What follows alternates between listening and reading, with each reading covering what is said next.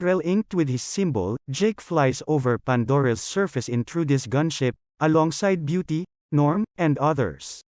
The group lands in a woods, where Effortlessness and Norm start to take tests of the greenery and make estimations.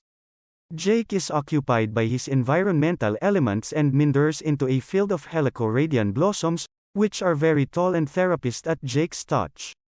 Inconvenience shows up when a Tutano there, an intensely heavily clad, hammer-headed animal, stands up to Jake. Beauty orders him to hold fast and not shoot, or probably the creature will fly off the handle and charge. In any case, his covering is excessively thick for firearms to have any impact. Jake effectively holds his ground, yet simply because another monster, a puma-like Tanator, has moved toward him from behind and has caused the Tutano theirs to withdraw and encompass their young. The Tanator then goes to Jake. Effortlessness advises him to run, and he's sought after by the Tanator in a pursuit that isolates Jake from his team. He loses his weapon and is brought down by the creature, however liberates himself by delivering his rucksack. At last, the pursuit prompts a cascade, where Jake leaps to somewhere safe and secure, leaving the Tanator thundering above him. Jake's team looks for him, yet Trudy says they'll need to get back to base since night operations are not permitted. Elegance says he won't last the evening. It's currently night and we see Jake honing a long stick into a lance. Jake is being watched from a higher place, this time by a Navi. The Navi points a bolt at Jake and is going to shoot, yet rules against it when little, ethereal, iridescent animals land on her bow. Later we learn they are, exceptionally unadulterated spirits, otherwise called the Seeds of Awa, the Navi's all-strong god. The toxophyllite withdraws. Jake is followed by a pack of viper wolves. He plunges the finish of his lance into a flammable peach-like fluid.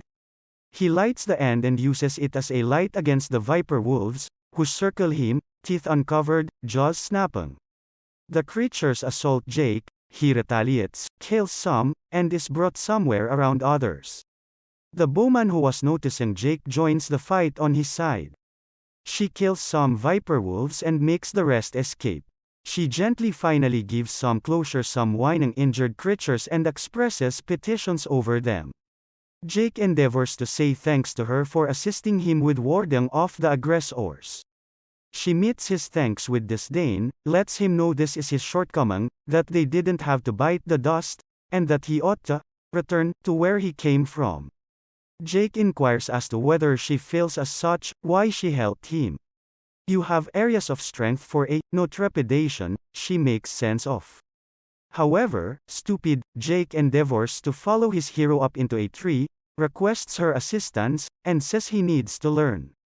He's rebuffed and told to return, that sky individuals can't be instructed. All of a sudden, the Seeds of Awa return and begin to arrive on the anxious Jake. He asks what they are. Exceptionally unadulterated spirits, she answers, and Jake is covered by them, establishing a connection with his body. At the point when the seeds float off, she yields and advises him to accompany her. As Jake attempts to stay aware of his hero, Neytiri, Zo Saldana, he is felled by a bolo tossed by a watch of Omatic Ayan champions.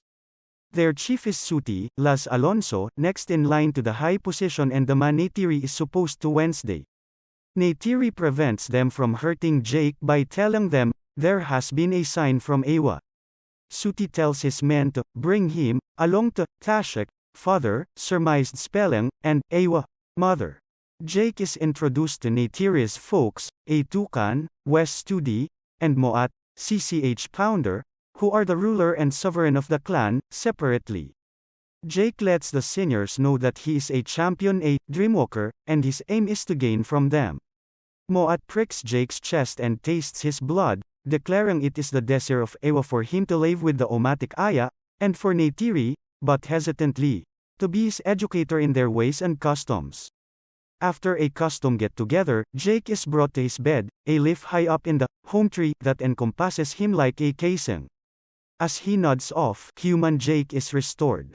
At morning chow, every one of the researchers, including Effortlessness, are centered around all that Jake needs to say. Norm appears to be extremely frustrated and bleak, he was Elegance's unique decision to security with the Omatic Aya. Indeed, even the military and corporate reps have warmed to Jake.